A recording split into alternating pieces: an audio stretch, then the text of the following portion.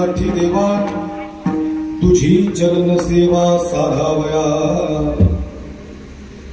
हरिनाम कीर्तन संतांचे पूजन घालीन लोकांगण महात्मा आनंदे निर्भर असो भलते ठाई आनंदे निर्भर असो भलते ठाई सुख दुःखा नाही जाडामा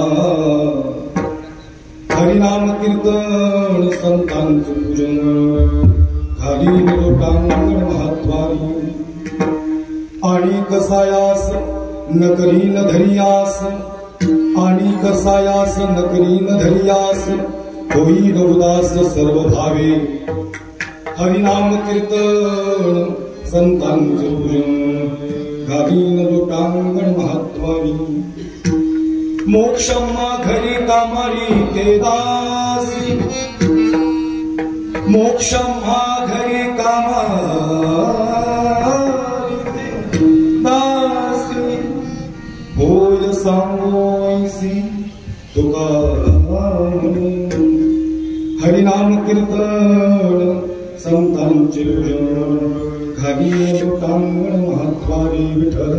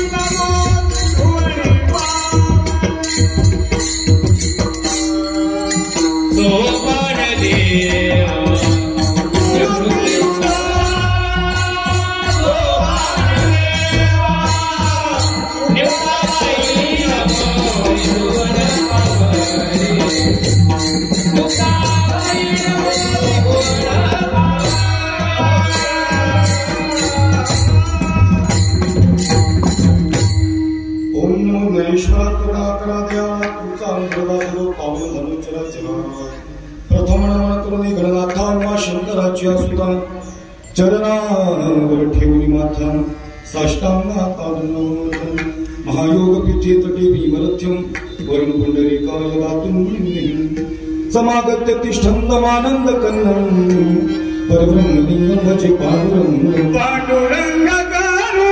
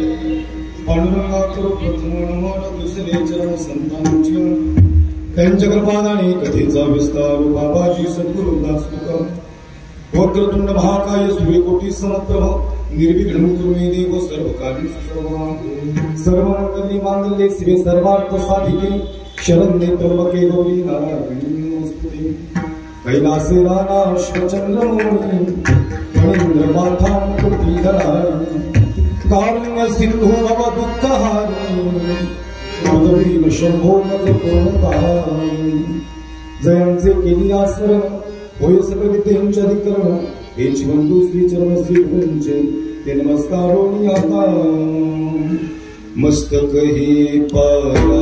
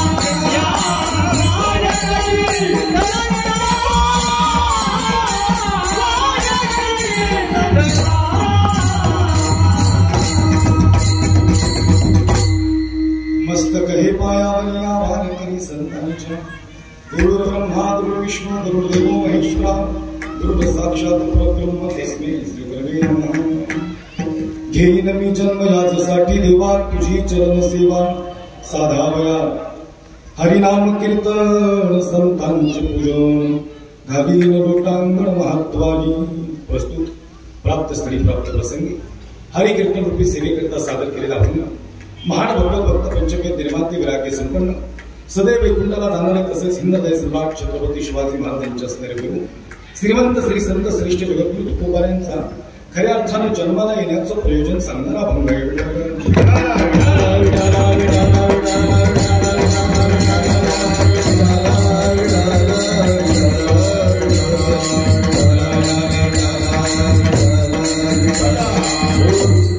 सेवेला स्वरूप नेमकी कार्यक्रमाचा प्रसार करूया असा ज्या निमित्तानं सज्जनावाचं या ठिकाणी कीर्तन समर्पित होत आहे. या ठिकाणी हरिभक्तपरायण आदरणीय श्री विठ्ठल तुकाराम भानुसगरे व हरिभक्तपरायण भागवत वसाबाई विठ्ठल भानुसगरे खऱ्या अर्थानं यांच्या या आईबाबांच्या अभिष्टचिंतन सोहळ्यानिमित्त खऱ्या अर्थानं या परिवारानं हा कार्यक्रम या ठिकाणी आयोजित केलेला आहे आणि त्यानिमित्तानं या ठिकाणी या कीर्तनाची सेवा मला प्राप्त होत असताना या परिवाराच्या खऱ्या अर्थानं संपर्कातून आलेली सेवा आहे. तसेच या ठिकाणी माझे परम स्नेही जीवलग मित्र आदरणीय सूर्यकांतजी या ठिकाणी यांच्या विशेष संपर्कातून या ठिकाणी ही सेवा मला प्राप्त झालेली आहे. त्या अनुषंगाने या ठिकाणी सेवा समर्पित करत असताना हा अभिष्ट चिंतन सोहळा अर्थातच खऱ्या अर्थानं हा जन्मदिवस आणि त्या अनुषंगाने ही सेवा या ठिकाणी मला प्राप्त झाली आणि म्हणून या ठिकाणी पंचकृषीतील कलाकार कीर्तनकार प्रवचनकार खऱ्या अर्थानं ज्येष्ठ कीर्तनकार गायनाचार्य मृदंगाचार्य या ठिकाणी उपलब्ध आहेत. त्यांचे या ठिकाणी हृदयातून धन्यवाद आहे. खऱ्या अर्थानं या ठिकाणी गायनाची साथ करण्यासाठी आदरणीय माऊली महाराज तिकोने आहेत, संजय महाराज कादेकर आहेत, सागर महाराज बडवळ आहेत, राम महाराज केदारे आहेत, बाबाजी महाराज भांगरे आहेत, खऱ्या अर्थानं स्वप्नील महाराज देवकर आहेत. ही सगळी गुरुजन मंडळी या ठिकाणी गायनाला उपस्थित आहेत. त्यांच्यासाठी एकदा जोरदार टाळी वाजवा. त्यांचे या ठिकाणी धन्यवाद आहे.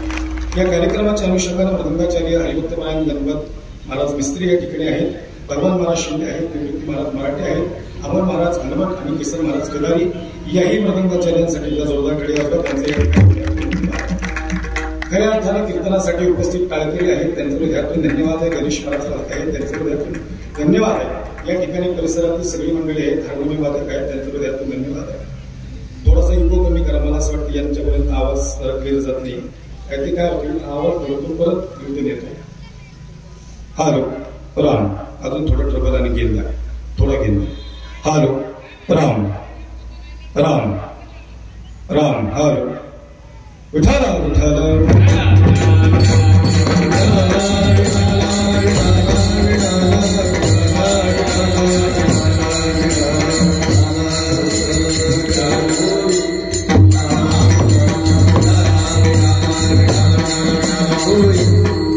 आणि म्हणून या ठिकाणी सगळ्यांच्या चरणावर धन्यवाद करतो, साष्टांग दंडवत करतो आणि सेवेला सुरुवात करणार आहे. खऱ्या अर्थानं पंचक्रोशीतील अनेक मंडळी आहेत आणि ही समोर बसलेली अनेक मंडळी यांनी या परिसरात माझे अनेक कीर्तन सेवन केलेले आहेत आणि पुन्हा एकदा या ठिकाणी सेवेचा योग आहे. या एक महिन्यात हे माझं 7वं कीर्तन या तुमच्या भागातलं आहे आणि त्या अनुषंगाने पलीकडचा मावळ भाग असेल किंवा अलीकडचा भाग या परिसरात भरपूर कीर्तन झाली आणि बसलेले उभा राहिलेले बऱ्याच कलाकारांनी या ठिकाणी अनेक कीर्तनात मला साथ केलेली आहे. त्यांचं हृदयातून धन्यवाद आहे. या कार्यक्रमाच्या अनुषंगाने साऊंड सिस्टीम अप्रतिम आहे, त्यांचं हृदयातून धन्यवाद आहे. खऱ्या अर्थानं या कार्यक्रमाच्या अनुषंगाने कीर्तनाला साथ करण्यासाठी ज्यांच्यामुळे मी इथं उभा आहे आणि अखंड महाराष्ट्रभर कीर्तन करतोय असे माझे वडील गायनाचार्य ज्येष्ठ कीर्तनकार नूर मोहम्मद महाराज अत्तार हरिभक्तपरायण त्यांच्यासाठी एकदा जोरदार पेढ्याचा बाबांचा धन्यवाद. या कार्यक्रमाच्या अनुषंगाने खऱ्या अर्थानं एक आदरणीय महाराज आले त्यांचंही या ठिकाणी धन्यवाद आहे. खऱ्या अर्थानं हा भाग आता इतका परिचयाचा झालाय, माणूस लांबून बघितला तरी कळतो माणूस कोण आहे. आणि खऱ्या अर्थाने सगळीच महाराज मंडळी या ठिकाणी आता मला वाटते दिलीप महाराज आपण पाटणला होते ना, बरोबर ना? खऱ्या अर्थानं पाटणला तुम्ही मला साथीला होते. ही सगळीच गावची मंडळी सगळे गायनाचे वैयक्तिक कुणाचं नाव घेत नाही, नावात वेळ जास्त जाईल, वेळेला या ठिकाणी मर्यादा आहे. या कार्यक्रमाच्या अनुषंगानं आमच्या शिवापूर गावचे, खेड शिवापूर, भांडेवाडी, श्रीरामनगर गावचे खऱ्या अर्थानं आमचे सामाजिक कार्यकर्ते हरिभक्तपरायण खऱ्या अर्थाने धनंजय महाराज भावड या ठिकाणी उपलब्ध आहेत आणि या परिवाराचे आणि आमच्या भाऊंचे या ठिकाणी जुने ऋणानुबंध आहेत. भाऊसाहेब दादा, कारण की भाऊंचे चिरंजीव प्रसाद महाराज भावड आणि हे महाराष्ट्रातील नामवंत पकवाज वादक आहेत.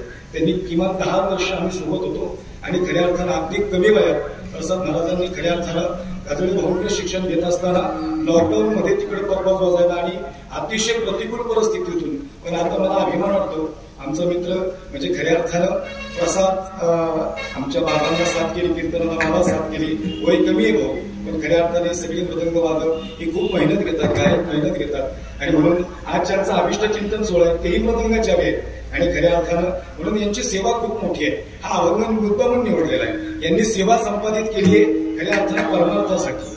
हे सांगण्याचं तात्पर्य आहे की येता येता गाडी सहज मला भाऊंचा फोन आला. मी म्हटलं भाऊंचा फोन मला या कार्यक्रमाने कसं काय आला? आता ती म्हणली महाराज तुम्ही साताऱ्याचे का इकडले? मला काय लक्षात येईल ते पत्रिकेवर सातारा टाकले, ते जरा चुकून झालं असं. मी शिवापूरचाच आहे, बरोबर आहे. ते म्हणजे नेमकं कबीर महाराज अजून एक साताऱ्याला का काय? नाही, कबीर महाराज घेतल्याचे खऱ्या अर्थाने त्यांनी सांगितलं महाराज आणि म्हणून ते अभिमान आहे. आज खऱ्या अर्थाने तेही माझ्या कीर्तनाला थांबले आणि त्यांचं या ठिकाणी हृदयातून धन्यवाद आहे. थोडा आधी माहिती असतं तर प्रसाद महाराजांना घेऊन आला असतो, पण प्रसाद महाराज सासवडच्या भव्य दिव्य कार्यक्रमात तिकडे खऱ्या अर्थानं माऊली महाराज आमचे आहेत, त्यांनी खऱ्या अर्थाने त्यांना तिकडं पकवाजाची साथ करण्यासाठी बोलवलंय. म्हणून सगळ्यांचा धन्यवाद. साष्टांगाच्या चरणावर साष्टांग प्रतिपाद करतो. या ठिकाणी बाबांना, आईंना अभिष्ट चिंतनाच्या या ठिकाणी शुभेच्छा देतो आणि सेवेला सुरुवात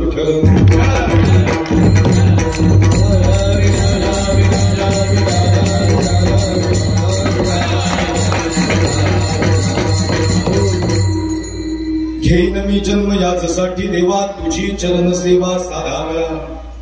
हरिनाम कीर्तन संतांचे पूजन घालीन लोटांगण महात्वानी. स्वर कोणता तरी झाला.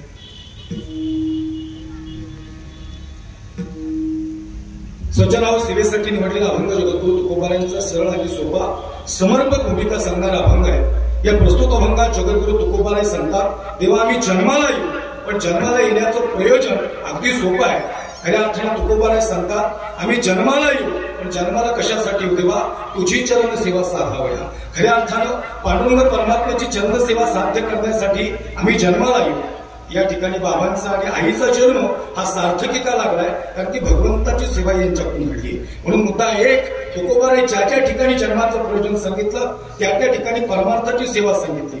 अनेक ठिकाणी अनेक अभंग घेईन जन्मांतरे ह्याही अभंग पाहून घ्या, याच्यातही भगवान परमात्म्याची सेवा आहे. किंवा काल्याच्या प्रसंगात गेले, उपजून या पुढती येऊ काला खाऊ दही भात, म्हणजे त्याही ठिकाणी सेवा करायची परमार्थाची, म्हणून आम्ही जन्माला येतो. तसं पाहायला गेलं तर या अभंगात पारमार्थिक स्वरूपाची प्रतिज्ञा आहे. थोडा इको कमी करतं का? इको कमीच आहे. याला दडपण आवाज येतोय. प्लेन ठेवा नावाचं बंद आहे का? इको इफेक्ट हॉल इफेक्ट सगळे बंद करा. आणि त्या अनुषंगाने या ठिकाणी महाराजांनी या ठिकाणी विषय प्रतिपादन करत असताना जन्माला येण्याचं प्रयोजन आहे आणि जन्माला येण्याच्या प्रयोजनाबरोबर खऱ्या अर्थानं पारमार्थिक स्वरूपाची प्रतिज्ञा केलेली आहे. ही प्रतिज्ञा पारमार्थिक स्वरूपाची या अनुषंगाने आहे. तुकोबाराय सांगतात आम्ही जन्माला येऊ. मला असं वाटतं संतांनी केलेल्या प्रतिज्ञा वेगळ्या आणि मनुष्य जन्माने केलेल्या प्रतिज्ञा वेगळ्या. तुमच्या आमच्या प्रतिज्ञा वेगळ्या आणि संतांच्या प्रतिज्ञा वेगळ्या. कशा तर प्रतिज्ञा महान विभूतींनी केल्या पण महाराज त्यांच्याही प्रतिज्ञा पूर्ण नाही झाल्या. मग तुकोबाराय तुम्ही जर प्रतिज्ञा करता घेईन मी जन्म किंवा आजच्या अभिष्ट चिंतनाच्या अनुषंगानं सेवेसाठी निवडलेला अभंग हे जन्माला येण्याचं प्रयोजन आहे. या थेट तुकोबारांना सांगायचंय की जन्म कशासाठी आहे. मला असं वाटतं ज्याचा जन्म भगवंताची सेवा करण्यासाठी समर्पित झाला, ज्याचा जन्म नामस्मरणासाठी समर्पित झाला, त्याचा जन्म गेल्यानंतर ही जिवंत राहिला. लक्षात नाही का? माणूस गेल्यानंतर किमान 50 वर्ष जिवंत राहावा याच्यासाठी जिवंत आहे तोपर्यंत परमार्थ करणं गरजेचं आहे.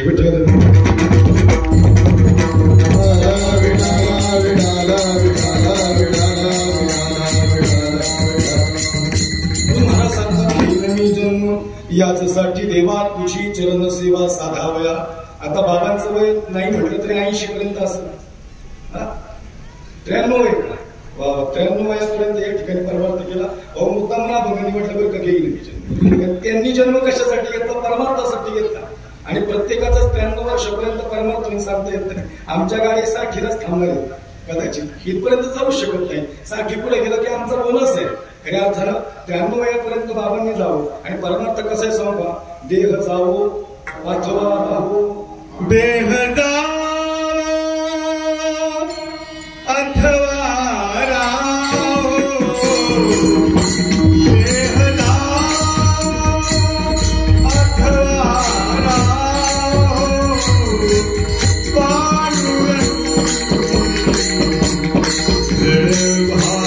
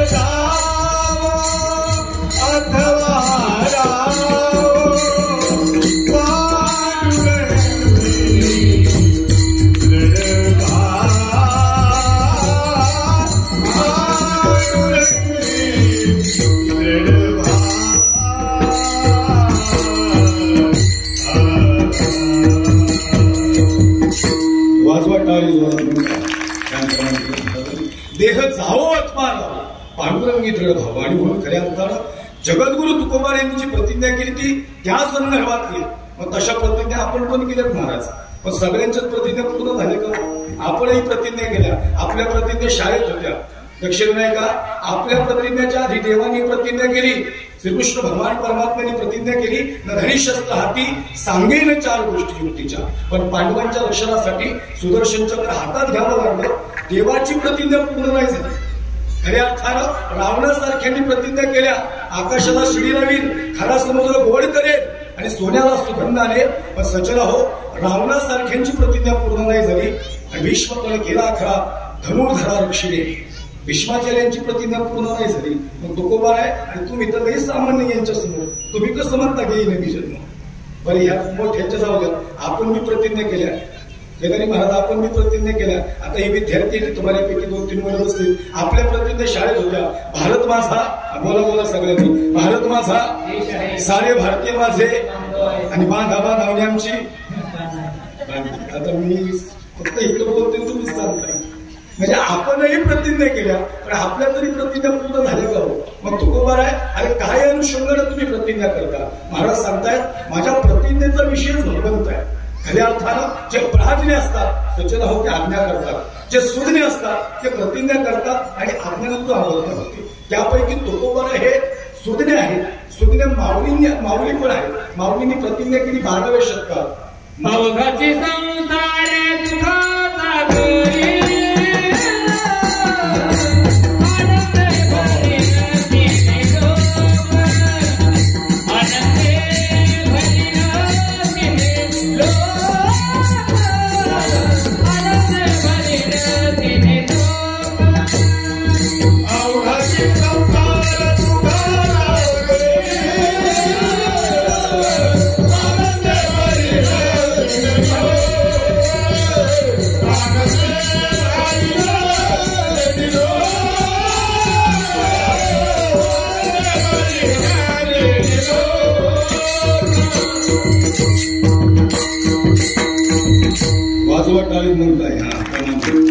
अवघाची संसार सुखाचा कवीन आनंदे भरीन तेही लोके. कोणतं तरी एक स्वर जात नाही बाबा, तेवढं बरं नाही केलं. मी तसा ते स्वरात नसतोय, त्या तिकडं स्वरात मोकळा गेला की नंतर लक्षात नाही. कसं तरी भाऊ स्वरात आलोय आता मी 2 वर्ष, नाही तो स्वरातच नव्हतं 4 वर्ष झाले. समजलं मला पैशाला काफी. लक्ष दिलं आहे का? ही सगळी माझी जीवाभावाची मंडळी आहे काय का? सूर्यकांत भाऊ, अवघाची संसार सुखाचा करीन आनंदी भरीन तुम्ही लोके. भाऊसाहेब महाराज, अवघाची संसार सुखाचा करीन माऊलींनी प्रतिज्ञा केली. अजून सांगू, 12व्या शतकात माऊलींनी प्रतिज्ञा केली. माझा मराठा जिगरू कौतुके पै अमृता ते ही पैना जिंके ऐसी अक्षरे रसिके मी नवीन या मराठाची नगरी ब्रह्मविद्येचा सुकाळ करी. खऱ्या अर्थानं या अनेक प्रकारच्या प्रतिज्ञा समोर जरी आल्या, पण तुकोबांची प्रतिज्ञा काही वेगळी आहे. घेईन मी जन्म याचसाठी देवा तुझी चरण सेवा साधाव्या. देवा आम्ही जन्माला येऊ, पण जन्माला येण्याचं हे सामर्थ्य तुकोबांच्यात असेल का बरं? नाहीतर तुम्ही उद्या वाटा उभारा, प्रत्येकाची प्रतिज्ञा नाही पूर्ण होत. आज बाबा आणि आई इथं बसतेत ना, हे मोक्षाच्या वरच्या टोकावर गेलेत. म्हणजे प्रत्येकाची धाव मोक्षावर आहे, पण असं कोणीतरी आहे की ज्याला मोक्षाच्या वरती जायचं ते तुकोबा आहे. महाराज, धर्म अर्थ काम आणि अंतिम पुरुषार्थ मोक्ष आहे.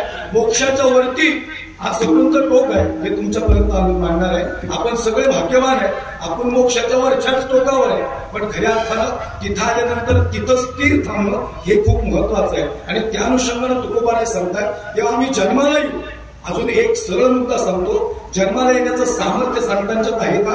तर आहे, कारण संत स्वेच्छा प्रारंभात येतात. तुम्ही आम्ही अनिच्छा प्रारंभात येतो आणि देव परीक्षा प्रारंभात येतो. महाराज, संत स्वतःहून येतात आणि स्वतःहून जातात. तुम्ही आम्ही आम्हाला यावंच लागतं. आघात करमी जे उडावे तेही सुख दुःखी फळावे आणि तया ते भोगावया यावे देहाय का. थोडा पेटीला आवाज नाही.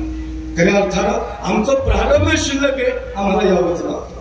देवाच्या बाबतीत आणि येणार रूपाबळे करून हे खरे हरिराशी. आणि संतांच्या बाबतीत येतो जातो आम्ही देवाचे नादाती. येतो जातो आम्ही देवाचे नादाती. गात देवना गात देवना.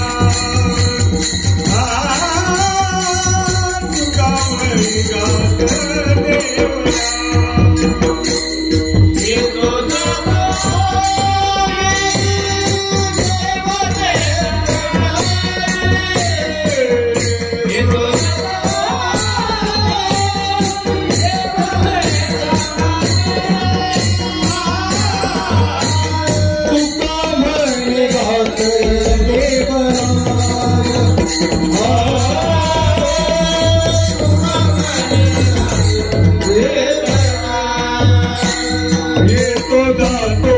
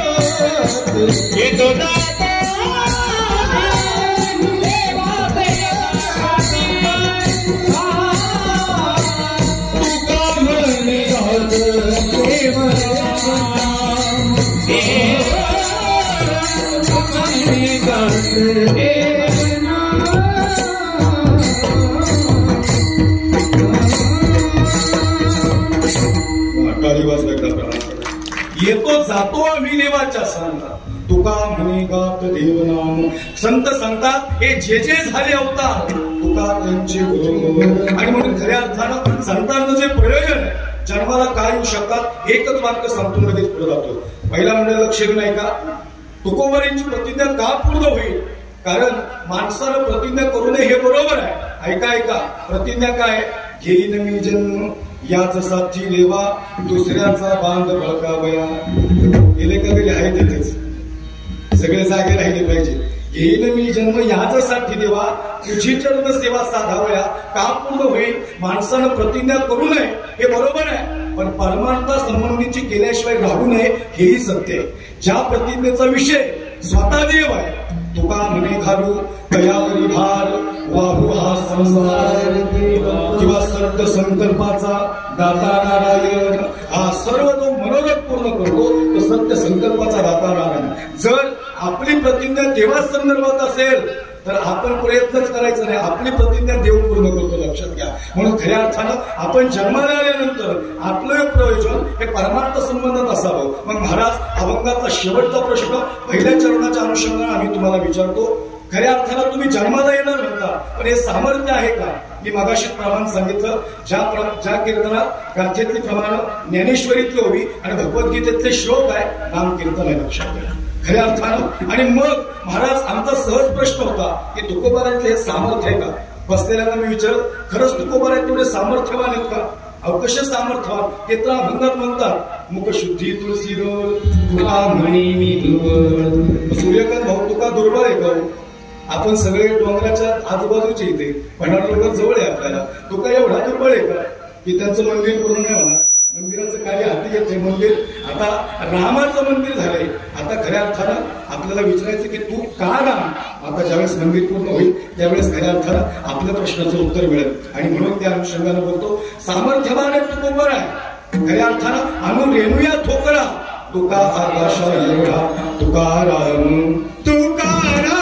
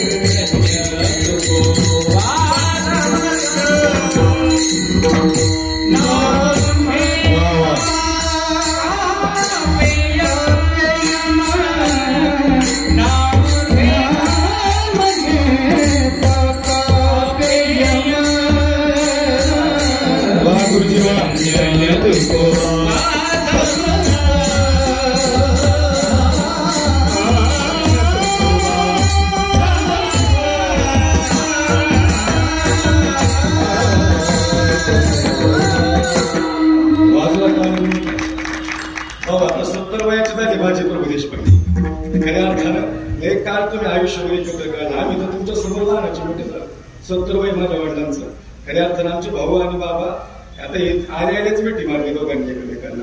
कारण 2 वर्षातली त्यांची भेटी गेली 2-3 वर्ष झाला विश्वापूर्वच नाही.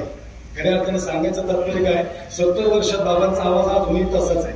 आणि खरं सांगू का ज्या लेकराच्या पाठीमागं बापाचा हात पाठीवर असतो ना ती लेकरू कधीच अपयशी होत नाही. कधीच नाही. बाप रागीटच असावा. ते लय जर मयाळा असताना गड्या मग पोरग दिलं बाहेर का ते धाकातच असावं. वेळी 2 कान फडत बी मारावे. खऱ्या अर्थानं हे सांगायचं तात्पर्य हे सगळे अनुभव हे आशा होतो नाही ते खऱ्या अर्थानं आज मी कीर्तन करतोय याचं कारण माझे वडील आहे सूर्यकांत भाऊ. खऱ्या अर्थानं तुमच्या वडिलांच्या वर्षश्राद्धाला माझं कीर्तन झालं पण बाबा निघून गेले. परमार्थाची सेवा त्यांनी अविरक्तपणे केली. एवढ्या वर्ष सेवा केली परमार्थ केला. हा अभंग घेण्यामागचं कारण काय की आपलं नेमकं जन्माचं प्रयोजन काय हे कळलं पाहिजे. खऱ्या अर्थानं समाधानाचं साधनच परमार्थ आहे. तुम्ही जर समाधानाचं साधन प्रपंचात शोधलं तर प्रपंचात जेवढं खोलवर जाल तेवढा प्रपंच दुःख देतो, लक्षात घ्या. आणि परमार्थात जेवढं खोलवर जाल उतारवयात परमार्थ सुख देतो. खऱ्या अर्थानं परमार्थात सुख आहे. इथं समाधान शोधण्याची गरज नाही. समाधान संसारात शोधा आणि शोधलं तरी सापडत नाही. सापडले का आजपर्यंत? मला सापडलं तर आम्ही रोजच म्हणून फिरतोय पण सापडा ना मला अजून. नाही माणूस लक्ष नाही. मला अजून काय सांगायचंय, भरपूर पैशावाला माणूस खूप समाधानी असं नाही आहे. म्हणजे याचा अर्थ असा बी नाही की पैशावाल्याला समाधानी आहे. लक्ष नाही का? दोन अनुषंगाने बोलतोय. खऱ्या अर्थानं समाधान शोधण्यात नाही, समाधान आहे ते मान्य नाही, आहे ते मान्य नाही. असू ऐसा कोटी आठवचे नाही. खऱ्या अर्थानं सदा नाम घोष करू हरी कथा तेने सदा चित्ता समाधान. संतांचं चित्त समाधानी होतं, ते सामर्थ्यवान होते. हे सांगायचं तात्पर्य काय? आम्ही अशी मोठी मोठी माणसं बघितली 35-35 कोटी रुपयाची बघले पाहिजे पण झोप नाही. तर खरं सांगू का, येणाऱ्याला ढेकळं येते, नाही येणाऱ्याला गादी उभी येत नाही. समाधान शोधण्यात नाही, समाधान मानण्यात आहे. संतांनी समाधान शोधलं नाही. मला काय सांगायचं खरं सांगू का, ऐश्वर्यवान असतानाही पाय जमिनीवर असावे तो खरा श्रीमंत आहे. लक्षात घ्या, तो खरा श्रीमंत आहे. या जगाच्या पाठीवर अशी भरपूर माणसं आली. तुकोबारायांनी तर स्वतःची लाखोची सावकारकी पाण्यात दिली, तरी ते म्हणतात की हिंदवी जन्म महाराज आणि मुनिमुक्त झाले. अशी लई माणसं आली जी जन्म मरणाला कंटाळली आणि तुम्ही उलट सांगता आम्ही जन्माला येऊ. मग आम्ही परमार्थ मोक्षवर जायला करायचा का जन्माला येण्यासाठी करायचा? नाही कळलं का तुम्हाला? वेदांतिक प्रक्रिया आहे. परमार्थ जन्माला येण्यासाठी करायचा, हा फेरा चुकवण्यासाठी परमार्थ आहे. आम्ही जन्माला नाही आलो पाहिजे. आणि तुम्ही म्हणता की हिंदवी जन्म, आम्ही काय शिकायचं तुकोबार आहे तुमच्याकडून? महाराज म्हणताय माझी भाषा अगदी सोपी आहे, माझा परमार्थ कशासाठी आहे? मग सांगा महाराज. नाही तर काय होईल, उद्या आपण वाट्यावर उभं राहू आणि म्हणून घेई नवीन जन्म या जसाची देवा, हे आपल्यातल्या बऱ्यापैकी न जमल पण बाकीच्यांना जमणार नाही बरं का. त्याला सामर्थ्य लागतं तेवढं जन्माला येण्याचं प्रयोजन सांगायचं. तुकोबार आहे. आमचा शेवटचा इथं बसलेल्या परमार्थिकांना तुम्हाला प्रश्न आहे, एकच प्रश्न. सांगा महाराज, तुम्ही जन्माला येणार म्हणता पण खऱ्या अर्थानं आम्ही अनेक प्रमाणे बघितली की तर जन्म मरणारा संत कंटाळलेत, मुनी मुक्त झालेत, ते या गर्भवासाला येणार नाहीत अशी प्रतिज्ञा त्यांनी केली. आणि तुमची प्रतिज्ञा जन्माला येण्याची म्हणजे आम्ही हात भेसायचो कुणाला? हे एक संत म्हणतात आम्ही जन्माला येणार नाही आणि तुम्ही म्हणता आम्ही जन्माला यायचं नाही. आणि खरं सांगतो महाराज मोक्षावर गेले. तुमचं काय म्हणणं नाही? महाराज मोक्षावर गेले. तुका म्हणे मुक्ती परिनिली वरी आता दिवस चारी खेळी गेली व याच भंगा मोक्षम्मा घरी कामाली ते दासी. मला बसलेले सांगा, मोक्ष ज्यांच्या घरी कामाला आहे ते मोक्षाच्या अपेक्षा कशाला करतील? ते मोक्षावर गेलेच गुरुजी. मग एक गोष्ट आहे, जर ते मोक्षावर गेले तर ते जन्माला का आले? पहिला प्रश्न. अजून सोपं सांगतो, लक्ष नाही का? त्याचं कारण असं आहे, प्रत्येकाची धाव मोक्षाकडे आहे. तुकोबार मोक्षाकडे गेले आणि परत जन्माला आले. पहिलीचा वर्ग किती जातो? दुसरी जातो. दुसरीतला किती?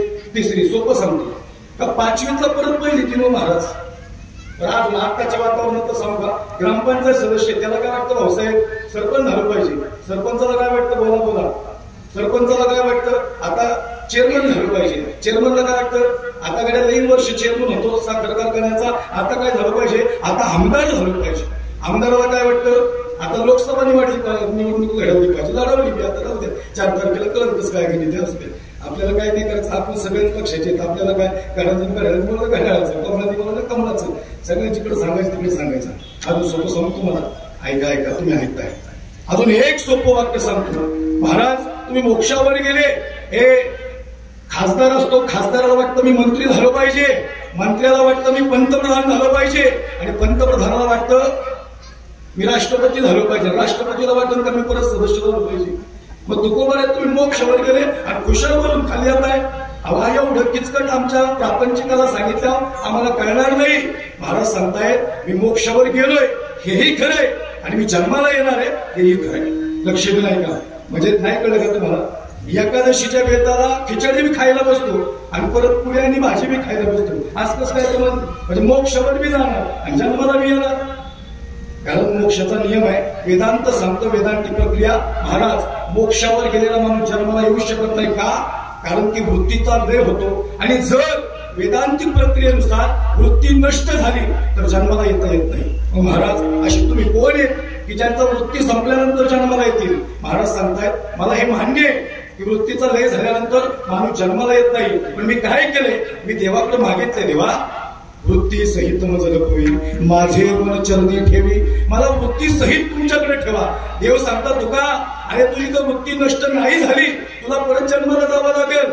आणि जन्माचं दुःख जे भव स्वर्गाव बघले, मुमुक्षु योग ज्ञान ओळखले, आणि पुढती नळूला निघाली पैजा येत.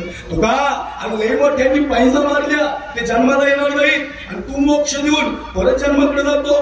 महाराज सांगता देवा मला मोक्षाच्या वर छटोकाव जायचे, आणि तुम्ही आम्ही किती भाग्यवान आहे, आपण मोक्षाच्या वरच्या टोकावर आहे, म्हणजे जन्म मरणाच्या टोकावर आहे. ऐका, पण मोक्षाच्या वरच्या टोकावर जाणं आणि तिथं स्थिर राहणं म्हणजे मोक्षाच्या वरचं टोक आहे. मग महाराज हे विचारतात तुका असं कोणतं वरचं टोक आहे. तुकोबाराय सांगता देवा धर्म अर्थ काम आणि साधनभूत पुरुषार्थ मोक्ष हा साध्यभूत झाला मला, पण देवा मला मोक्षाच्या वरती जायचंय. कोण सांगेल का मला मोक्षाच्या वरचं टोक? मोक्षाच्या वरचं टोक भगवंताची भक्ती, परमार्थ आणि देवाचं नामस्मरण आणि त्याची सेवा आहे. देवा मी मोक्षाच्या वरच्या टोकावर जाईल, पण कसं जाईल? भक्ती करण्यासाठी जाईल. आज बाबा मोक्षाच्या वरच्या टोकावर आहे, तुम्ही आम्ही मोक्षाच्या वरच्या टोकावर आहे का? याला प्रमाण आहे मोक्षाचं वरचं टोक भक्ती आहे. म्हणून घेईन मी जन्म याच्यासाठी देवा, माझी वृत्ती नष्ट नको करू, आणि मग मला जन्माला घाल. अभंगाचं पहिलं घेईन मी जन्म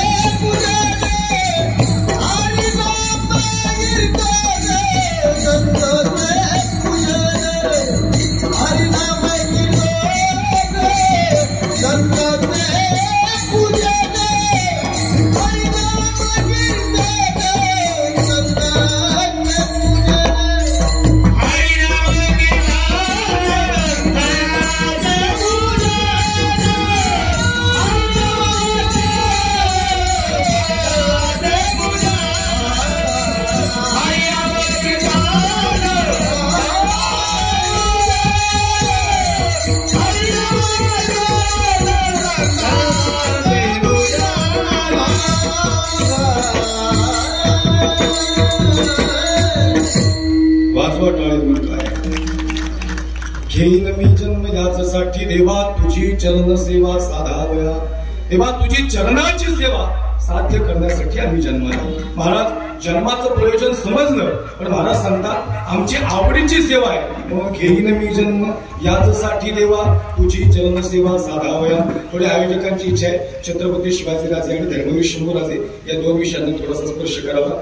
बाप या विषयावर जरा 5 मिनिटं बोलावं अशी त्यांची इच्छा आहे. म्हणून या दोन्ही विषयावर बोलणार आहे. म्हणून अभंगाचं प्रयोजन पुढे वाढवत नाही, फक्त दुसऱ्या चरणाचा जर विचार केला असता खऱ्या अर्थानं देवा तुझी चरण सेवा साध्य करत, पण कशा अनुषंगानं करत याच्यासाठी अभंगाचं दुसरं चरण आणि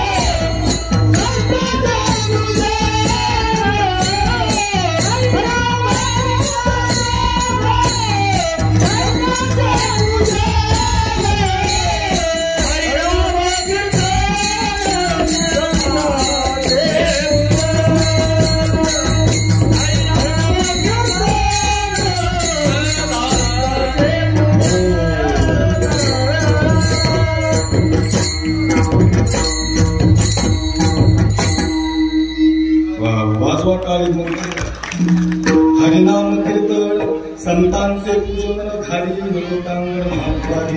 ऐका एवढ्या चरणाचा विस्तार 2 मिनिटात करतो आणि मधलं भजन घेणार आहे. तेव्हा हरिनाम कीर्तन संतांचे पूजन आणि घाली लोकांगण महात्वादी. महाराज बाकी सगळी कीर्तन आहे, पण तुझी चरण सेवा साधावया हरिनाम कीर्तन. कारण हरिनाम कीर्तन नामस कीर्तन साधन पै सोपे जळतील पापे जन्मांतरीची सजना हो. बाकी सगळी कीर्तन अवघड आहे, पण हरिनाम कीर्तन हे सोपं कीर्तन आहे.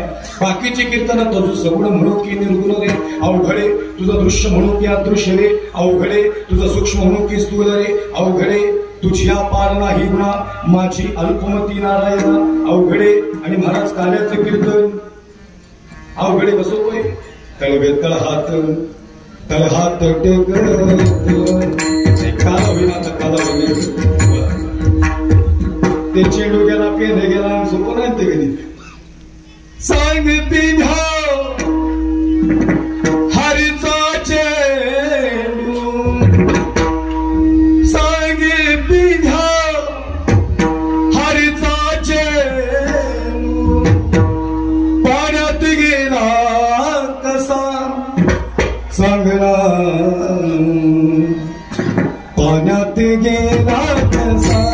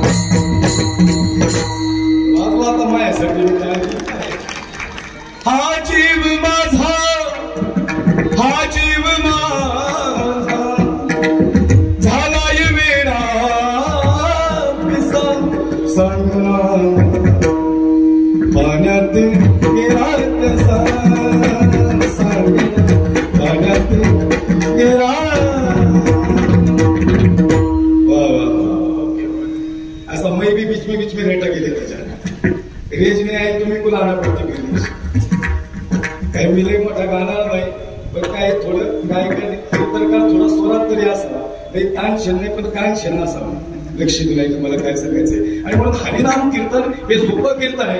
अजून एकच शेवटचे 30 सेकंद घेतो. एका या भागात एक कन्फ्युजन आहे की हरिनाम कीर्तन सोपं आहे, ही सेवा चरण सेवा हे मान्य आहे, घालीनं लोटांगण महाद्वारी ही पण सेवा मान्य आहे, कारण ही देवाची सेवा आहे. पण तुकोबाराय सारखा संतांचं पूजन ही सेवा संतांची पूजन म्हणजे देवाची सेवा नाही ना आली. संतांचं पूजन वेगळं आणि देवाची सेवा वेगळी. घेईन मी जन्म याचसाठी देवा तुझी चरण सेवा सारा. पण तुकोबाराय संतांचं पूजन कसं म्हणतात नाही कळलं का? म्हणजे कान फडक मारले काम शेतला आणि माफी मागायला लावण्यात नाही कळलं का तुम्हाला? आजार एकाला पथ्य दुसऱ्याला इंजेक्शन तिसऱ्याला आणि गुण चौथ्याला.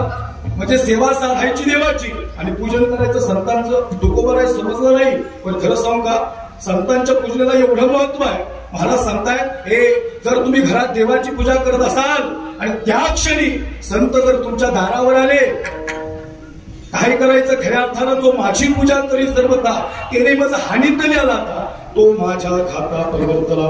खऱ्या अर्थानं माझे संतांचं पूजन सोडून ज्यांनी माझी सेवा केली त्यांनी मला लाथा मारल्या. मग काय करा सांडुनिया पूजा ध्यान जो संतांशी घाली लोटांगण तेने कोटी यज्ञाचे पुण्य समर्पित केले. महाराज संतांची सेवा किंवा देव सारावे करते संत पूजावे अर्थे. संतांची पूजा ही देवाच्या पूजेला जाऊन मिळते म्हणून हरिनाम कीर्तन संतांचे पूजन गादीन लोटांगण महाद्वारी. आणि मग ते हरिनाम कीर्तन खऱ्या अर्थानं सगळ्यांनी नामस्मरण करावे.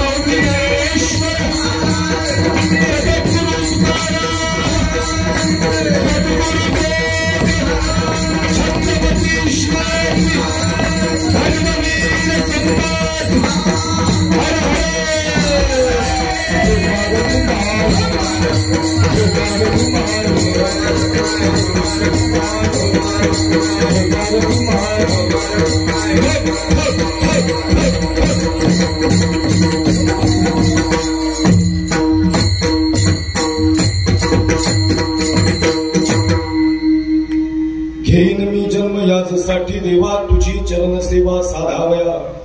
हरिनाम कीर्तन संतांचे पूजन थोडा घेतल्या घालीन लोटांगण महाद्वारी सजला हो. खऱ्या अर्थानं या ठिकाणी समर्पित वेळेस सेवा संपादन करायची. सेवेला 15 मिनिटं राहिली आणि या 15 मिनिटात कीर्तनाला पूर्णविराम घेणार आहोत. तत्पूर्वी खऱ्या अर्थानं थोडं छत्रपती शिवाजीराजे आणि धर्मवीर शंभूराजे अर्थातच या ठिकाणी मला या ठिकाणी दादांनी सांगितलं महाराज वडिलांचा आणि आईचा वाढदिवस या दोन्ही विषयावर खऱ्या अर्थानं अभिष्ट चिंतन सोहळा असल्यामुळं थोडं या विषयाला तुम्ही स्पर्श करा. तसं आई सांगायला उभा आहे पण खऱ्या अर्थानं मी तुझ्यासाठी जीवन जाळीले आणि तुने नाही पाणी पाजिले ती आई सांगायला उभा नाही. कारण की आता त्याचा ट्रेंड संपलाय. कारण आम्ही आजपर्यंत दशक्रियाला तेच सांगितलं मी तुझ्यासाठी जीवन जाळीले आणि तुने नाही पाणी पाजिले. खऱ्या अर्थानं समाजातली शाश्वत आई आणि समाजातला शाश्वत भाव खऱ्या अर्थानं सांगत असताना छत्रपती शिवरायांच्या खऱ्या अर्थाने एखाद्या छोट्याशा प्रसंगाला स्पर्श करत सेवेला पूर्ण विराम देणार आहे.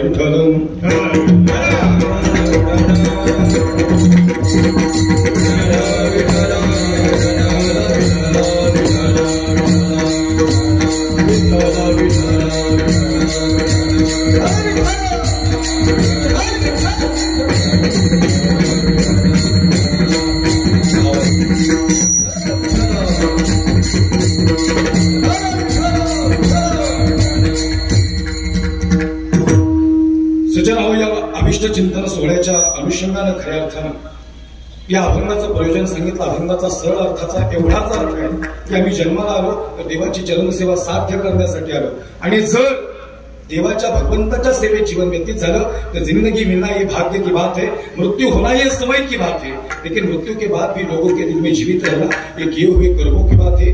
खऱ्या अर्थानं जिवंत राहायचं असेल तर शेवटचा दिवस जिवंतपणे गोड करणं गरजेचं आहे.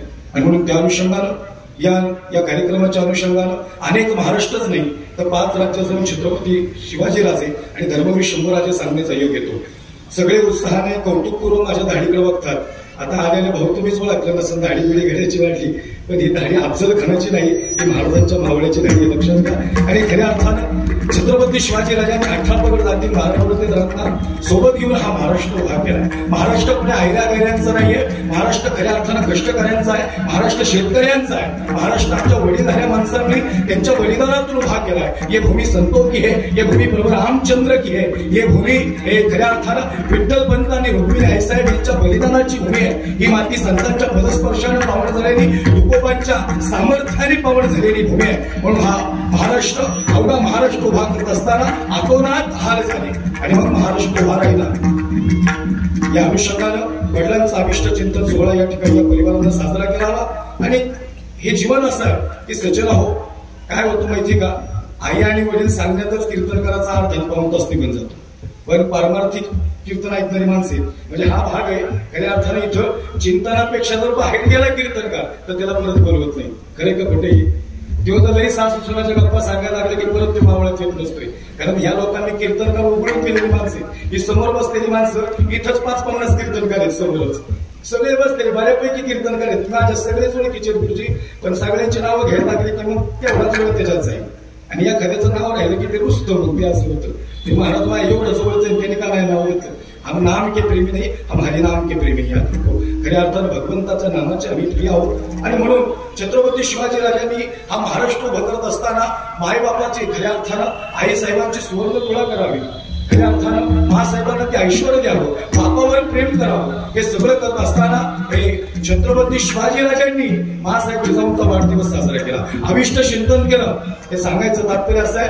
आणि मग मी नेहमी सांगत असतो, छत्रपती शिवाजीराजांचा इतिहास सांगण्यापूर्वी त्यांचा पूर्वार्ध सांगणं खूप गरजेचं असतं. महाराष्ट्र उभा राहिला, हा महाराष्ट्र संपला होता सज्जनाव. इथं खऱ्या अर्थानं हे दैन झाली होती, भगव्याचा रंग अंधूक झाला होता, सह्याद्री हलका झाला होता. आज दिल्लीचा तख्त महाराष्ट्राकडे पाहत होता, पण दख्खन हलका झाल्यासारखा दिसत होता. आणि मग खऱ्या अर्थानं अल्लाउद्दीन खिल्जीसारखी माणसं या महाराष्ट्राच्या छाताडावर थया नाचत होती. शेतकरी हवालदिल झाला, रयतेचं स्वप्न तुटलं, आया बहिणींच्या किंचाळण्याचा आवाज महाराष्ट्रभर ऐकू येत होता. घरासमोरची तुळस संपली, लेकरं बाळं उचलून दिल्या गेली, आळंदी खऱ्या अर्थानं शांत झाली. जे अवघे गरजे पंढरपूर चालेला नामाचा गजर, तो नामाचा गजर महाराष्ट्रातला थांबला. 8000 इस्लामिक सत्ता, 5 सुलतानी सत्ता थया नाचायला लागल्या. आणि मग बोल वाचवणार हे आणि बोल रोखणार वादळ एका बाबाचं काळीत स्वराज्याची संकल्पना घेऊन आला. अर्थातच शहाजीराजे भोसले यांनी पहिली स्वराज्याची संकल्पना महाराष्ट्राच्या मातीत मांडली. आणि शहाजीराजे सांगतात, महाराणी साहेब असा पुत्र जन्माला आला पाहिजे. खऱ्या अर्थानं हे सगळं दारिद्र्य संपलं पाहिजे. आया बहिणीचं छत्र हरपलेलं आहे. शेतकरी हवालदिल होऊन रयतेचं रक्षण करण्यात खऱ्या अर्थानं इथं कोणी उभा नाही, कोणीतरी वाली, कोणीतरी क्षत्रिय आणि कोणीतरी मराठ्याची गरज आज महाराष्ट्राला आहे. आणि तो मराठा महाराष्ट्र उभा करू शकतो. महाराणी साहेब सांगतायत, खऱ्या अर्थानं हे आबासाहेब अर्थात छत्रपती शिवाजी राजांचे वडील शहाजी राजे भोसले या बापानं संकल्पना मांडली. बाप काय असतो, जगी ऐसा बाप व्हावा ज्याचा वंश मुक्ती सदावा. खऱ्या अर्थानं बापाची संकल्पना हे स्वराज्य भरावं. आणि मग हे कुणाच्याही पदरी उतरी तशी पोरं जन्माला नाहीयेत. खऱ्या अर्थानं त्याला डोहाळे तशी लागायला लागतात, तसं आईबापाचं रक्त असावं लागतं. आणि मग त्या रक्तातून तशी मुलं जन्माला येतात. पुत्र व्हावा ऐसा गुंडा ज्याचा तीही लोकी झेंडा. 18 पदराती 12 बलुतेदार बहुजनांना एकत्र करणारा हे विश्वाची माझे घर वसुदैव कुटुंबकम या सगळ्या लोकांना एकत्र करत स्वराज्याची निर्मिती करणारा, भगवा फडकवणारा, सुलतानी सत्ता खेचणारा, हे समशेरी फिरवणारा आणि महाराष्ट्रावर पुन्हा भगवा फडकवणारा पुत्र आज महाराष्ट्राला हवा होता. त्या पुत्राची मागणी शहाजी राजांनी केली. आणि मग महाराष्ट्र संपला. हे पावली बरोबर यांच्या आळंदीत प्रतिज्ञा केली, ती आळंदी शांत झाली. आणि मग शांती ब्रह्म एकनाथ महाराजांनी हात दिली. बरे आणि काय चाललंय, दारू भरवे बरे, दारू भर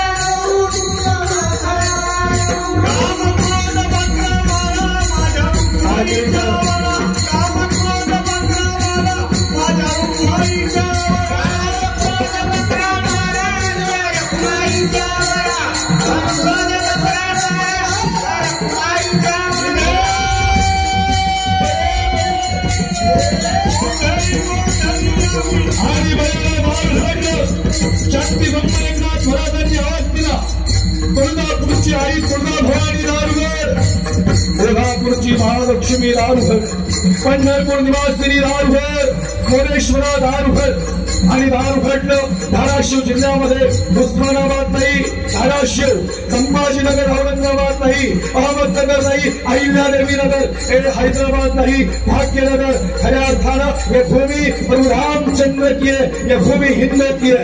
खऱ्या अर्थानं मराठ्यांच्या परस्पर्शाने पावन झाली. छत्रपती शिवाजी राजांचा जन्म झाला धाराशिव मध्ये दारुगडनं. शिवनेरीवर राजे जन्माला आले. फाल्गुन वैद्य तृतीया 19 फेब्रुवारी 1620 आणि राजे जन्माला आले. अवघ्या महाराष्ट्राला आनंद झाला. तानाजी मालुसरे, यसाजी कंक, बहिर्जी नाईक, सीमा काशी, चिमाव हाडा, हंबीराव मोहिते अशी अनेक प्रकारचे मावळे छत्रपतींनी सोबत घेतले. महाराजांनी स्वराज्य निर्माण केलं. शहाजी राजांना आनंद झाला. अरे लेकरू जर यशस्वी व्हावं याच्यापेक्षा मोठा आनंद बापाला काहीच नसतो, लक्षात घ्या. आणि मग उभा राहत गेला महाराष्ट्र. एक एक माणूस उभा राहिला. सज्जनावर शेवटची 10 मिनिटं राहिली.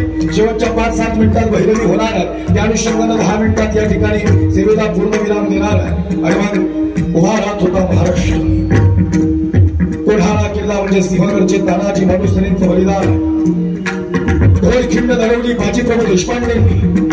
शिवा काशीदानं खऱ्या अर्थानं पन्हाळ्याचा वेढा पडला असताना त्या पन्हाळ्याच्या वेढ्यात बलिदान देणारा शिवा काशी हा नावी समाजाचा होता. कोण्या एका समाजाने आणि एका जातीने हा महाराष्ट्र उभा नाही केला, महाराष्ट्र बहुजनांनी उभा केला. म्हणून बहुजनांचा राजा छत्रपती सगळ्यांना सोबत घेऊन रायरेश्वरावर पहिली शपथ घेतली आणि स्वराज्य निर्माण झालं. आया बहिणींची इज्जत लुटत चालली. मासाहेब सांगतात राजा हे शिवा, अरे आया बहिणींची इज्जत लुटत चालली आहे. तू विचारतो सुलतान कोण आहे? तो शेतकरी हवालदिल केलाय तो सुलतान आहे. हे डच आले, फ्रेंच आले, आदिल आले, निजाम आले, मुघल आले आणि कुतुब आले, यांनी महाराष्ट्र उद्ध्वस्त केला. आणि मग महाराजांनी खऱ्या अर्थानं मूळ भागी संघटन केलं आणि माणसं उभी केली. तानाजी मालुसरेंनी या ठिकाणी विडा घेतला. राजेंच्या हातातला तानाने विडा ओढून घ्यावा तेवढा अधिकार तानाजीला राजांनी दिला. बाजीप्रभू देशपांड्यांना अधिकार दिला. जे बाजींनी शब्द निघावेत, राजा जा तुम्ही विशाल विराटने निघा. हाय नव बाजी, हो बाजी, आणि तुमचा जीव आहे आमचा. तुमची गरज आहे स्वराज्याला. बाजी सांगतात नवराज आमची गरज नाही. आमच्यासारखे लाख मेले तरी चालतील, लाखाचा पोशिंदा जगला पाहिजे. राजा तुमची गरज स्वराज्याला. हा अधिकार बाजीप्रभू देशपांड्यांना दिला. हंबीराव मोहितेंना अधिकार दिला. हंबीर सांगतात राजा जोपर्यंत देहात प्राण आहे तोपर्यंत सर्ववत्सर सेनापती हा हंबीर स्वराज्यासाठी सदैव राहील खंबीर. आणि भगवा आता महाराष्ट्राच्या मातीत नाही, सुलतानांच्या छातीत घुसवण्याचा संकल्प हंबीराव मोहितेंनी केला. प्रतापराव गुजरांनी 6 लेकरं घेऊन वेळात मराठे वीर ठेवलेले 7 ही 7 माणसं जाऊन स्वराज्य निर्माण करण्याची संकल्पना अंगावर शहारे उभे राहिले. आणि मग सुलतानाच्या माळा खाली गेल्या. खरंच मराठ्यांच्यात काहीतरी वेगळी ताकद आहे. आणि मग उभा राहिलं स्वराज्य. हे साधारण नाही बरं का. लेकराचं लग्न सोडून तानाजी मालुसरे जर म्हणत असते ना राजा गेला द्या आपला या घरात म्हणून कवासा ते म्हणे 35 वर्षाचं पोरग बोललं फिरतोय तुम्ही कुठं म्हणता गेलं नाही. हे तानाजी मालुसरेंचं हृदय वेगळं होतं स्वराज्याच्या प्रती. खऱ्या अर्थाने छत्रपती म्हणजे जन्माला आले म्हणजे स्वराज्याचा बाप जन्माला आला होता. सुलतानांचा कर्दनकाळ हा सुलतान खेचणारा कोणीतरी मराठा या मातीत पुन्हा उदयास आला होता. ते घरासमोरची तुळस अगदी प्रफुल्लित झाली होती. काळे ढग संपले होते. निशब्द आकाश दिसत होता. सह्याद्री हलका नव्हता, अगदी गडद भगवा दिसत होता. आणि सह्याद्री ताज मानेनं दख्खनचं टोक हे सह्याद्री या दिल्लीच्या तख्तावर भगवा फडकवण्याची तयारी करत होता. कारण 18 पगडधाटींची माणसं महाराजांच्या सोबत होती. ताना सांगतो राजा मी जातो कोठाण्यावर येताना आणि येणारीच का उदय भान राठोडानं राखलाय नाही भयानक. एका वरात 10 जण खलास करतो. एक मार केला संशय टाकली तर खऱ्या अर्थानं चिंदऱ्या करतो. इतका जबरदस्त आहे राजा. असेल उदय भान जबरदस्त. एका वरात 10 जण खलास करत असेल. पण तानाजी बी महाराष्ट्रातल्या मातीचा घ्यायला जातो हा ताना आणि घेतो तो कोढाणा. आवाज देणारा ताना या मातीतला आहे, लक्षात घ्या. आपण भाग्यवान आहे, आपण महाराष्ट्रात जन्माला आलोय. भाग्यवान आहे, महाराष्ट्रात जन्माला यायला भाग्य लागतं, अपूर्व पुण्याई लागती तर माणूस महाराष्ट्रात जन्माला येतो. आम्ही कुठल्या जातीचे हे नंतरच, पण महाराष्ट्राच्या मातीतली ही गोष्ट आधीची लक्षात घ्या. महाराष्ट्राच्या मातीत ही माती खऱ्या अर्थानं आमचा जन्म इथं समर्पित झाला. ही कीर्तन करत असताना, भजन करत असताना आघात आणि खरं सांगू का, परमार्थिकांना लई त्रास होतो. भाऊ बरोबर आहे का नाही? तो परमार्थिक आहे, त्याचा आधीचा काळ प्रचंड प्रतिकूलता असतो, पण भगवंताची कृपा ज्याच्यावर आहे, हे प्रारब्धाचे मिळे धन आणि प्रारब्धाची मिळे मान. धन पैसा हा कसाही कुणाकडे येत नाही, लक्षात घ्या. माझा आवाज येतोय वास्तव्यांना? धन पैसा हा प्रारब्धाने येतो. एखाद्याकडे पैसा आला की दुसऱ्या लगेच म्हणायचं नाही कसा आला असं, काय करायचंय तुला, त्याचं बघून तू का जळायला लागला. सांगायचं तात्पर्य असे, खऱ्या अर्थानं हे स्वराज्य निर्माण झालं आणि मग माणसं उभी राहिली. हे सांगायचं तात्पर्य एवढंच होतं. आता काय झाले, इथे बसल्या माणसांनी माझे अनेक कीर्तन ऐकलेली, पण तानाजी मालुसरे माझ्या हृदयातला प्रसंग आहे. महाराजांनी तानाजीला आशीर्वाद दिला. पोराचं लग्न सोडून निघाला तानाजी मालुसरे सांगतात, राज अरे होईल की रायबाचं लग्न, अरे पण हे ताना अरे लेकराचं लग्न अक्षरा टाकायला बाप पाहिजे. बाप हे बाप लय महत्वाचं आयुष्यात, ज्याच्या जीवनात बाप उभा आहे ना गड्या, खरंच त्याला यश आहे. आम्ही अशा अनेक बाप बघितले, पण खऱ्या अर्थानं हे जीवापार हृदयापर्यंत बापावर प्रेम करणारी माणसं लई दुर्मिळ येत असते. बापाची आठवण आल्यानंतर घरकन डोळ्यातून पाणी यावं. माय आतापर्यंत आईचंच प्रेम सगळ्यांनी सांगितले, बापाचे सांगणारे लई कमी आहेत, बापाचे सांगणारे लई कमी आहेत. अरे तो बाप आहेस रे बाबा, बाप नसेल तर पोराचं लग्न होणार नाही.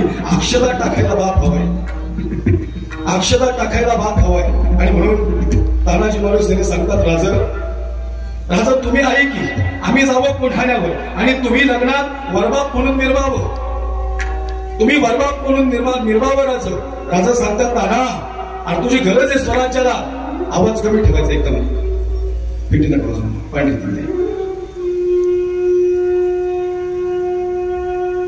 राज आणि तुमची गरज आहे स्वराज्याला, अर्पण आहे.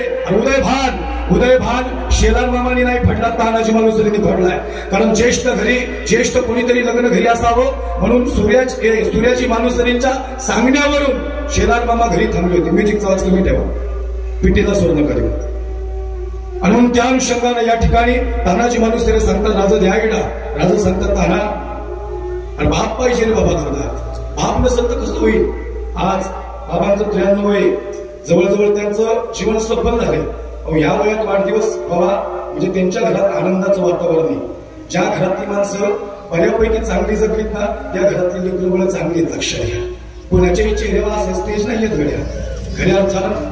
पण खरं सांगू का, ज्यांनी बापाची सेवा केली ना, त्यांना आयुष्यात काहीच कमी पडलं नाही. आज मी कीर्तन करतोय ना, माझ्या समोर आता आमच्या गावावालेच भाऊ येते, बापाची पुण्य येईल, आई वडिलांची पुण्य येईल. तुमच्या लेकरांनी पकवावर जावं, मी कीर्तन करावं. आम्ही महाराष्ट्र पिंजून काढलं, एक गाव सोडलं नाही. लय कुठल्या क्षणातून निघालो, अशा पाण्यातून नदीतून नाल्यातून गाड्या गेल्या आमच्या. आणि पोरांनी आमच्या प्रसाद महाराजांनी म्हणावं, बापाने लगेच स्वप्न बघितल्या, आपल्याला लगेच रान हाणायचंय महाराज असून, एवढ्या लवकर मारायचं नाही. आणि मग विठ्ठलाचं नाव घ्यावं आणि पाण्यातून नौका पार व्हावी. लक्षात नाही का, ज्याची नौका थांबली ना, त्याची नौका विठ्ठलाच्या नामस्मरणानं तरणारे. लक्षात घ्या, त्या संसार सागरातून पलीकडे जायचंय, पण हे घेत असताना ही वडीलधारी माणसं गरजेची आहे. थोडा इगो कमी करा. ये पेड़ ये पुढे हुए ये फल नहीं दे सकते, लेकिन इनकी प्यार की छाव जरूर देंगे. प्रेमाची सावली देणारी माणसं घड्या यांना जपलं पाहिजे. ही जुनी लोकांना अपेक्षा काहीच नाही. तरुण पोर ऐकत असतील तर ऐका, आलेली पहिली कमाई बापाच्या हातात निघून द्या. तुमच्या पैशाला किती बरकत मिळते ते नंतर सांगा मला तुम्ही.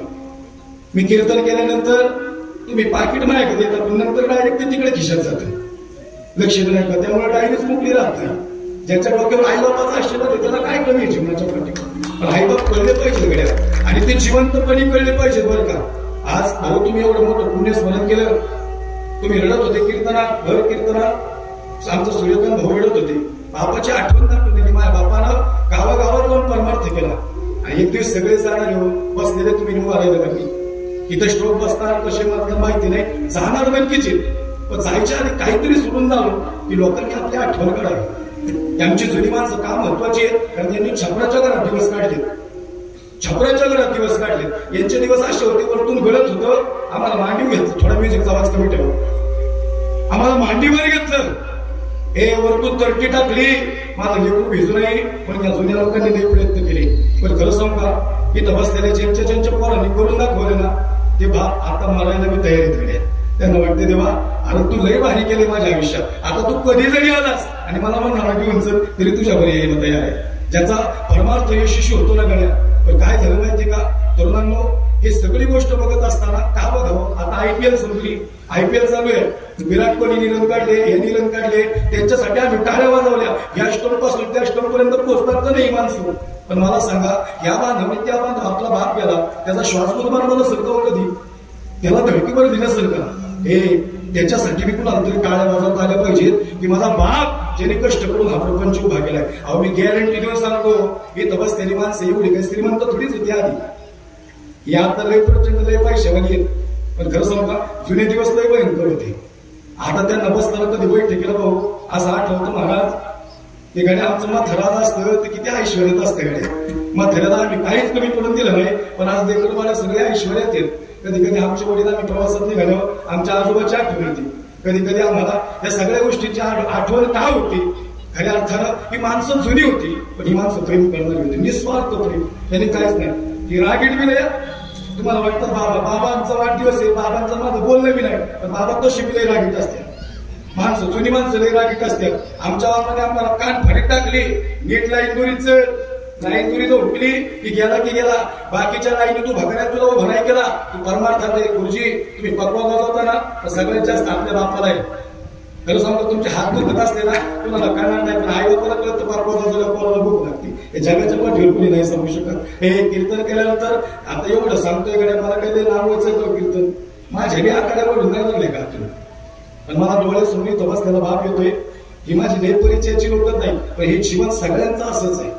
ही माणसं कशा काही होती, अहो काय बापांनी प्रेम केलं. खऱ्या अर्थानं हा शेवटचा क्षण सांगण्याचं तात्पर्य एवढं होतं. तानाजी मालुसरे सांगत होते, राजा बापाची गरज आहे मला माहितीये, पण ऐकणारच आधी लगीन कोढाण्याचं आणि मग माझ्या रायबाचं. ही सांगणारी माणसं एकनिष्ठ होती. खऱ्या अर्थानं एकनिष्ठ शब्दच आता डिक्शनरीतली बाजूला गेलेला आहे. जाऊ दे, मी राजकारणात बोलत नाही, मी इकडे सांगतोय, नाही तर तुम्ही लय पर्सनल येत त्यामुळेच. हे सांगायचं तात्पर्य होतं. आणि म्हणून महाराष्ट्र उभा राहिला. आई बापाची सेवा करा. खऱ्या अर्थानं आपल्या मायबापासमोर आपल्या मायबापाचा वाढदिवस व्हावा हे आदर्श म्हणून या कुटुंबासाठी एकदा जोरदार ठेवायचं बाबा. या कुटुंबाने आदर्श दिला की आई बापाच. आता ऑर्केस्ट्रा बी ठेवला असतं, कीर्तन का ठेवलं, ते मृदंगाचार्य त्यांनी परमार्थ सेवा समर्पित केली, याच्यातून काहीतरी संदेश भेटावा. बसलेल्या मुलांनी भविष्यात आई बापाचा वाढदिवस साजरा करावा. मला वाटतं इकडे तिकडे डीजे पैसा खर्च करण्यापेक्षा इथं करू ना. सगळी परमार्थिक लोक आज एकत्र आली. ते स्वराज्य निर्माण असंच नाही राहिलं. ती म्युझिक शेवटच्या 1 मिनिट राहिलं ते सेवेला पूर्ण विराम देणार आहे. आणि खऱ्या अर्थानं मी अनेक मावळे महाराष्ट्रभर सांगतो, पण सध्या मी सहज हमीराव मोहिते याच्या आधी वाचण्यात आली, पण आता पुन्हा एकदा हमीराव मोहितेचं सहज प्रकरण काढलं. त्यात हमीराव मोहितेची 2-3 शब्द छत्रपतींबरोबर बोललेले संवाद हृदयाला भिडून गेले. ज्यावेळेस छत्रपती शेवटचा श्वास घेत होते, हा बापाचं काळीज काय असतं, त्यावेळेस छत्रपती सांगत होते, हंबीराव तुम्ही एकनिष्ठपणे माझ्यासोबत आहात, पण माझी एक इच्छा आहे हंबीराव. हंबीराव सांगतात, सांगा राज, माझी एक इच्छा आहे, माझा धर्मवीर शंभूराजा खऱ्या अर्थानं हे तो खरा राजा, माझा राजाराम वाईट नाहीये, सोयराबाई वाईट नाही. हंबीराव सोयराबाई तुमची बहीण आहे, एक तर बहिणीला निवडा, राजारामराव निवडा, नाही तर माझ्या शंभूराजांना निवडा.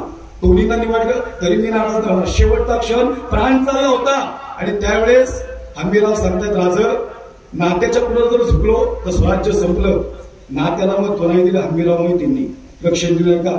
हंबीराव सांगतायत, मी धर्मवीर शंभूराजांच्या सोबत जाईल. का सांगू का तुम्हाला, धर्मवीर शंभूराजांना आपल्या माणसाने फसवलं नाही तर शंभूराजा फसले असते. हे असा एक मावळा दुर्लभ हंबीराव मोहिते, जे सरसेनापती होते, ज्यांनी शंभूराजांना बी साथ दिली आणि छत्रपती शिवाजीराजांना बी साथ दिली. हातात हात दिला, गोळा लागला इथं तो फेचा, या घडा वेगळं शरीर झालं. आई असं मन घटात तलवार होती. होती, हल्ली नाही. कारण शब्द दिला राजांना, राज मनगटातली तलवार हलणार नाही जोपर्यंत खंबीर आहे ना, शंभूराजांच्या शरीराला कोणी स्पर्श करू शकत नाही. हा शब्द मराठ्याने दिला आणि हा पूर्ण करून दाखवला. हे माणसं ठरली होती.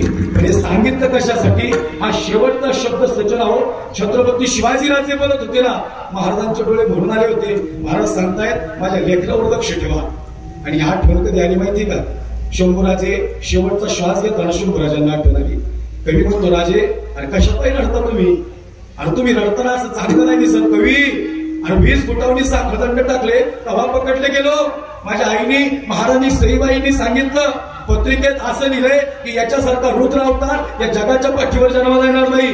पण पत्रिकेत दुसरा शब्द तो लिहिला होता, तो माझ्या बापाला सांगितला, हा स्वकीयांतून फसवला जाईल. हे कवी रडत याच्यासाठी नाही, रडतो याच्यासाठी. माझा बाप हंबीरराव मोहितेंच्या हातात हात देऊन सांगत होता, माझ्या शंभूला सांभाळा. खरं सांगू का, ज्या दिवशी बाप जातो ना त्या दिवशी त्याला सगळ्यांचा हात हातात पाहिजे असतो. त्याला वाटतं माझं लेकरू हांगडे, तापटे, रागेटे, भोळे, पण गेल्यानंतर त्याच्यावर कोणी तरी लक्ष दिलं पाहिजे. बापाचा काळजाचा ठाव चुकला आणि छत्रपती शिवाजीराजांचे डोळे भरून आले. हंबीरराव मोहितेंच्या हातात हात दिला आणि छत्रपतींनी प्राण सोडला. पण जाताना बाप करी जोडी लेकुराची वडी, आपली करवंडी वाढवणी. खऱ्या अर्थानं आपली कायाची जोडतो, पण लेकरांसाठी बाप उभा राहतो. हंबीरराव रडले, पण शंभूराजांना शेवटपर्यंत साथ दिली. गड्या अशी माणसं होण्याचा प्रयत्न करा की परमार्थात अशी अनेक माणसं आहेत की खऱ्या अर्थाने ज्यांनी परमार्थ मोठा केलाय. मी बाप सांगितला, तुम्हाला वृद्धाश्रमातला बाप नाही सांगितला. तुम्हाला तो बाप सांगितला जो लेकरांनी सांभाळला. तुम्हाला तो बाप सांगितला ज्या बापाने लेकरांवर प्रेम केलं. म्हणून बाप हसतो रे कसा, जसा पाण्यातला मासा. अशा बापासाठी खऱ्या अर्थानं एकदा तरी या हृदयातला ठाव चुकावा. कारण की त्याचं काळीच नाही हळवाय. माय परत आलं तर आईवर बोलत, आज बापावर बोलायचं होतं. थोडी माझी इच्छा होती छत्रपती विषय मांडायचा. पण खरं सांगू सज्जनाव, हा प्रत्येक विषय मांडताना डोळे भरून येतात. काय माणसं असतील, तो फेजापुला हृदयावर घ्यावं आणि हर हर महादेव म्हणावं. ही सगळी बसलेली माणसं आहेत प्रभूजी. ही प्रत्येक माणसं परत जन्माला आलेत. काय कुणी बी नाही येत महाराष्ट्रात जन्माला. प्रत्येक जण मावळ आहे. बघा तुम्ही, प्रत्येक जण वेगवेगळा दिसतो. कसं आहे खऱ्या अर्थानं धारिष्ट. हे सांगायचं तात्पर्य जगी यायचा बाप व्हावा ज्याचा वंश मुक्तीचा दावा. बाबांना आणि आईला वाढदिवसाच्या शुभेच्छा आहे. कसं जगावं हे छत्रपती शिवाजीराजांनी शिकवलं आणि धर्मासाठी कसं मारावं हे धर्मवीर शंभूराजांनी शिकवलं. थोडं वेळेचं बंधन आहे म्हणून फास्ट गेलो. अन्यथा या ठिकाणी अजून 5-10 मिनिटं कीर्तन वाढवलं असतं. मला माहिती भूका लागली असते आणि त्याची मला बी काळजी खऱ्या अर्थानं मला बी लागलेली आहे. आणि त्या अनुषंगाने या ठिकाणी सगळ्यांच्या चरणावर साष्टांग दंडवत करतो. सांगायची इच्छा एकच आहे, म्हणायची इच्छा एकच आहे. हा धर्म वाचवताना या सगळ्यांनी इतके प्रयत्न केले, काहीच विचार नाही केला. आता धर्म वाचवायचं काम आपल्या हातात आहे. धर्माचं पालन करायचं काम आपल्या हातात आहे. आई मुलं शौर्यवान बनवायचं काम तुमच्या हातात आहे. तलवार घेऊन नाही, टाळ घेऊन मुलं उभी राहून द्या. ती मुलं शौर्यवान आहेत, लक्षात घ्या. टाळ घेऊन उभी राहिली ना ती मुलं शौर्यवान आहेत. पक्वाज वाजवणारी, कीर्तन करणारी मुलं शौर्यवान आहेत. त्यांच्या आईबापाचं स्वप्न पूर्ण झालेलं आहे. भाऊ ती श्रीपिढी आहे माझी. आता आज भजन करायचं, बाप माझा कीर्तनकार, मी कीर्तनकार. पुरीची नावं धाडसाने ज्ञानेश्वरी मुक्ताई ठेवली. पाहुण्याने फोन केला, समाधी तुला बरखास्त करतो. आणि म्हणलं तसं मी बरखास्त झालं, आता तू काय करतो म्हणतो. सरपंच दत्ता भाऊ अडचणी येते, तेवढं सोपं नाही. आमच्या दत्ता भाऊचं मला सारखं फोन असतो, खऱ्या अर्थानं महाराज कसं काय चाललंय बरं का. मी मला चलाय पण ठीक आहे. भाऊनी बघितले, भाऊ भाजी विकत बसलो होतो मी. भाजी विकणं वाईट नाही, पण अशी परिस्थिती होती विदारक. खायला अन्नाचा कर नव्हता घरात. लेकरं हे मांडीवर होती. त्या दिवशी फाशी घ्यावी का विचार होता. पण मला माहिती होतं माझ्या विठ्ठलाची एक दिवस तो दिवस चेंज करणार. माझं नाही सांगत, बसलेल्यांचं सांगतोय. लई परिस्थिती विदारक येईल, पण एक दिवस असा बदलून जाईल ना गड्या की खऱ्या अर्थानं सॅल्यूट करतील लोक तुम्हाला. मी मला सॅल्यूट करण्याचं सांगत नाही, पण असं जगलं पाहिजे हे मायबापाचं स्वप्न पूर्ण करण्यासाठी. हे सांगायचं तात्पर्य एवढंच होतं की तुम्ही काय माझ्या परिवाराला माहिती नाही. भाऊ पाहुणे फोन केला त्या दिवशी, आमच्या वडील इथं उभे माझं सांगावं म्हणायला गेलो. हे बापामुळे सगळं घडतं, लक्षात घ्या. पाहुणा मला विठ्ठल विठ्ठल म्हणलं वाटलं होतं म्हणलं. आता विठ्ठल म्हणणे वाटलं होतं काय वाटतं तुम्हाला? महिला मंडळ विठ्ठल म्हणणे वाटलं होतं का? विठ्ठल म्हणणे वाटलं झालं असतं सगळ्यांचं इथं वाटलं झालं असतं. नाही, ज्याच्या दिलीप महाराज ज्याच्या डोक्यावर विठ्ठलाचा हात देणं त्याला आयुष्यात काहीच कमी नाही पडलं. अहो रामजन्मदिला आमच्या पाहुण्याला लेकरं नाही झाली, ही दिसायला सुधीला मला रामजन्मदिवशी दिवशी मुलगा झाला. आता विठ्ठल म्हणजे वाटलं झालं असतं तर दिलं नसतं. सांगायचं तात्पर्य माझं सांगायला आलो. मला एवढं सांगायचे आता आम्ही इकडले नाही तरी माळा घातल्या, तुम्ही यत्ने चित्तीत आणि परमार्थ केला पाहिजे. बाकी काही नाही. त्यांनी मला बोलावलं, मुसलमान बघितलं नाही, काय नाही बघितला, त्यांना माझ्या वाणीवर विश्वास आहे म्हणून तुम्ही मला बोलवलं. म्हणून खऱ्या अर्थानं बाबांना नाईंना वाढदिवसाच्या हार्दिक शुभेच्छा. अगोदर आयुष्य भावे तयाकुळा ही शुभेच्छा देत असताना या ठिकाणी अजूनही त्यांच्या 100व्या वाढदिवसानिमित्त माझंच कीर्तन नसतं, पण मी कीर्तन ऐकायला असेल 100 आयुष्य करून त्याच्याही वरती त्यांना आयुष्य मिळावं हे पांडुरंग परमात्म्याच्या प्रार्थना करतो. आणि या ठिकाणी खऱ्या अर्थानं सगळ्यांचा एकदा धन्यवाद मानत या ठिकाणी सेवेला पूर्ण विराम देतो. ज्ञानेश्वर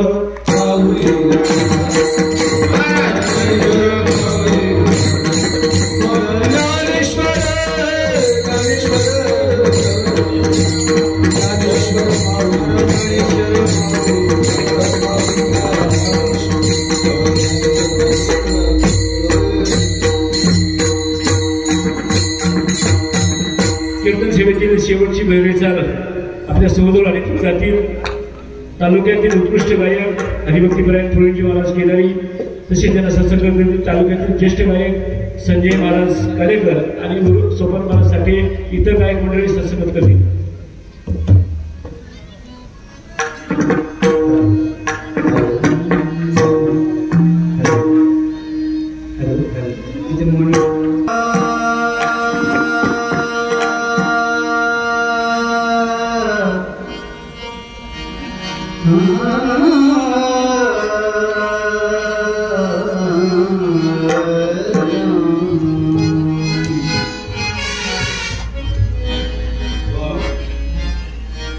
मोक्ष घरी अमृता